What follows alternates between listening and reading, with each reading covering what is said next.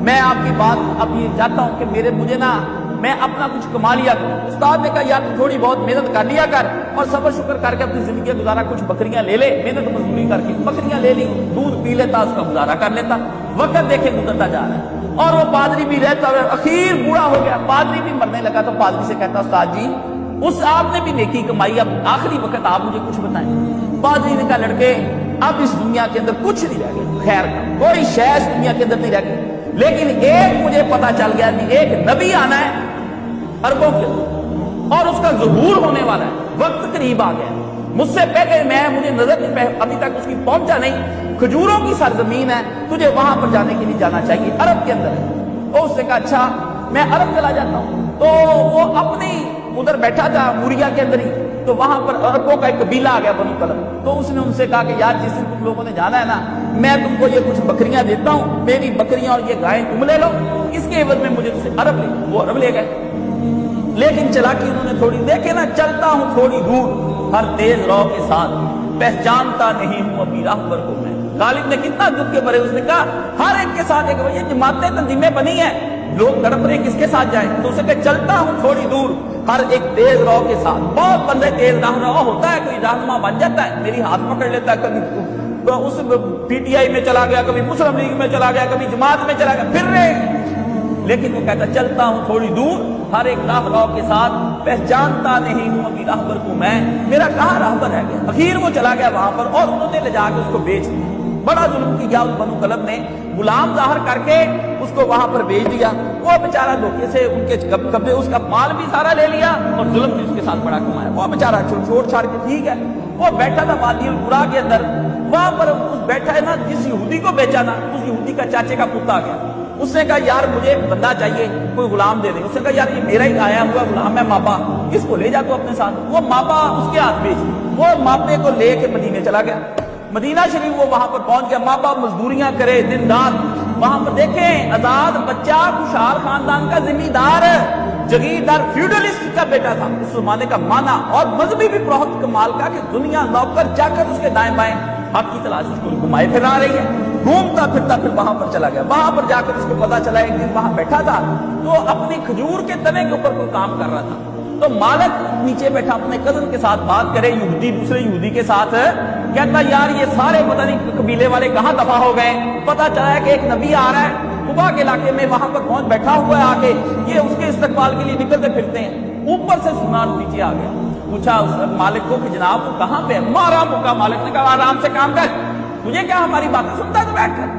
تو لیکن دل میں تڑپ آ گئی لڑکے نے کہا بوڑھا ہو گیا تھا, وہ پھرتا پھرتا عمر اس کی گزر گئی, بوڑھا ضعیف ہو گیا, کہاں جوانی میں گھر سے نکلا تھا بوڑھا ہو گیا. تو اخیر بڑھاپے میں آ کر وہ اس وقت سوچا بھی وہ آ گئے. اتنے میں نبی پاک صلی اللہ علیہ وسلم وہاں پر آ گئے, رسول پاک صلی اللہ علیہ وسلم کی مدینے آمد ہو گئی. ماپا کو سمجھ آ گئی تھی یار یہ اب جانا چاہیے. پادری اس کو بتا گیا تھا کہ نشانیاں 2-3 تجھے میں بتا دیتا ہوں, 3 نشانیاں اس کی ہوں. صدقہ نہیں کھائے گا, نبی ہوگا سچا خدا کا, ہدیہ دے گا, ہدیہ کھا لے گا, اور یہاں پر اس کے کندھوں کے درمیان ایک نا مہر نبوت بنی ہوگی, اونچے تھوڑا سا گوشت ابھرا ہوا ہوگا یہاں پہ تھوڑا سا, اور اس کے آس پاس تل ہوں گے, بال ہوئے ہوں گے. وہ اللہ نے اس کی نشانی لگائی اور تورات زبور انجیل میں یہی نشانیاں آئی ہیں, تو اس کے پاس چلا گیا. تو وہ نبی پاک صلی اللہ علیہ وسلم آ گئے, حضور صلی اللہ علیہ وسلم اس کو پتا چل گیا کہ حضور آ گئے ہیں, تو نبی علیہ السلام کے پاس چلا گیا. پہلے دن جا کے حضور کے سامنے اس سے جا کر کہا کہ جناب صدقہ لے کر آئے.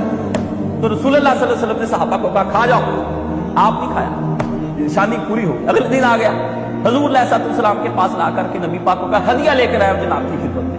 سرکار نے خود بھی نوش فرمایا, صحابہ کو بھی ساری تقسیم کر دی. 2 نشانیاں جس وقت پوری ہو گئی, اب اس کے دل کے اندر تڑپ.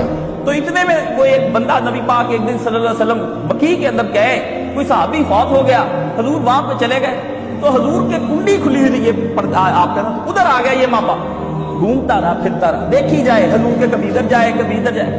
نبی علیہ السلام کو اللہ نے فراست عطا فرمائی, آپ کو سارا پتا تھا, اللہ نے بتایا تھا کہ نبی یہ تیری مورے بھی دیکھنے کے لیے کئی بندوں نے آ دی. تو رسول اللہ صلی اللہ علیہ وسلم نے اس طرح کرتا پیچھے کیا اور اس نے دیکھ, تو آپ علیہ السلام کی مورے نظر آئی, اس نے دیکھتے ہی اس کو بوسے دینے شروع کر دی. وہ گر پڑا حضور علیہ السلام, بہت آپ علیہ السلام سینے سے لگایا, اس سے کہا مجھے پتا چل گیا ہے آپ اللہ کے نبی ہیں, میں آپ کو اللہ کا نبی, میں بڑی دیر سے آپ کو تلاش کرتا رہا ہوں. تو نبی علیہ السلام نے مہر نبوت اس کے اپنے ہاتھ میں آ گئی. تو نبی علیہ السلام کو اس نے کہا حضور میں تو بہت بڑا غلام اور میرے ساتھ تو یہ ظلم ہوئے ہیں، داستان سنائی۔ حضور نے سامنے بٹھا لیا، تو سنا اپنی ماں باپ تیرے ساتھ ہوا کیا؟ اس نے کہا یا رسول اللہ میں اس طرح بکتا، میں بڑے امیر خاندان کا تھا، حق کی تلاش نے میرا یہ حشر کر دیا، بھی میں اب غلام بن گیا ہوں اور بوڑھا ہو گیا ہوں اور آپ کے سامنے آ گیا، عمر بھی میری بہت 100 سے زیادہ کی عمر ہو گئی ہے، اب آپ کے سامنے ہوں، مجھے 100-150 سال ہو گیا آپ کو تلاش کرتے ہوئے، بھی آپ کہاں تھے؟ تو حضور علیہ السلام نے کہا کہ اچھا تو آپ کو، اس نے کہا کہ میں اپنے یہودی مالک ہے وہ مجھے خریدنا چاہتا، مجھے کہتا ہے میں آزاد تو تمہیں کر دوں گا، لیکن مجھے 300 بوٹا کھجور کا جو چل جائے نا پھل دینے وہ چاہیے، اور 40 کیا چاندی۔ سرکار نے فرمایا منظور، کر لے اس کے ساتھ بات انشاءاللہ۔ صحابہ کو بلایا، 300 بوٹا کھجور کا حضور صلی اللہ علیہ وسلم نے اس کو لگا کے دیا، اور پہلے سال ہی چل پڑا سرکار کی برکت سے، ایک بھی نہیں رکا۔ اور آپ کے پاس ایک انڈے جتنا آیا سونا نبی علیہ السلام کے پاس، حضور پاک صلی اللہ علیہ وسلم نے وہ انڈے جتنا سونا اس کو دیا، اسے کہا حضور یہ تو بہت چھوٹا ہے، تو آپ نے فرمایا اس کو توڑ کے نا تکڑی میں ڈالی جائیں اور اس کے اوپر کپڑا ڈال دیا، اللہ پورا کر دے گا تیرا سر، وہ توڑ ڈالی جائے وہ پورا ہو گیا سونا۔ وہ یہودی اکا بکا دکھلایا انڈا تھا، وہ اتنا گیا کلو 2 کلو کے برابر یہ سارا ہو گیا۔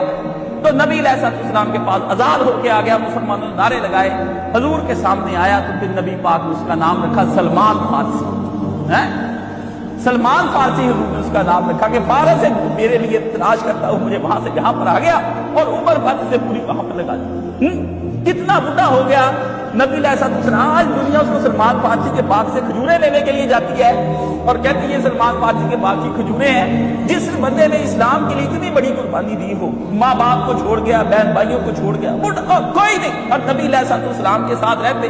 حضور صلی اللہ علیہ وسلم نے اس کو کہا کہ سلمان، تو پھر غزوہ خندق جو ہوئی نا، خندق جس کا قرآن مجید میں سورہ احزاب کے اندر غزوہ خندق کھودنے کا مشورہ حضرت سلمان فارسی نے دیا، سارا عرب حملہ کرنے آ گیا۔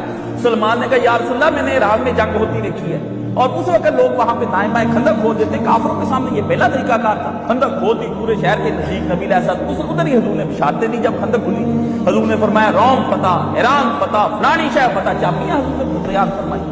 تو مسلمان ادھر اس سلمان فارسی کی وجہ سے پورا مدینہ مفعول ہو گیا، کیسا آدمی ہے جس کی وجہ سے اور جس کی مشورے کی وجہ سے نبی علیہ السلام نے یہ سارا کیا۔ اور بعد میں حضور علیہ السلام فوت، حضور نے جاتے وقت کہا، لوگوں نے کہا کہ یہ سلمان جو ہے ہماری طرف ہے، خندق کھودتے ہوئے کہیں انصار کہیں ہمارا اور مہاجر کہیں ہمارا، وہ کہیں یہ ہماری طرف سے ہے، ہمارا ہے، مہاجروں میں شمار کیا جائے، وہ کہیں نہیں انصار میں، مقابلہ پڑ گیا۔ سرکار وہاں سے گزرے، آپ نے فرمایا سلمان تو اہل بیت منا،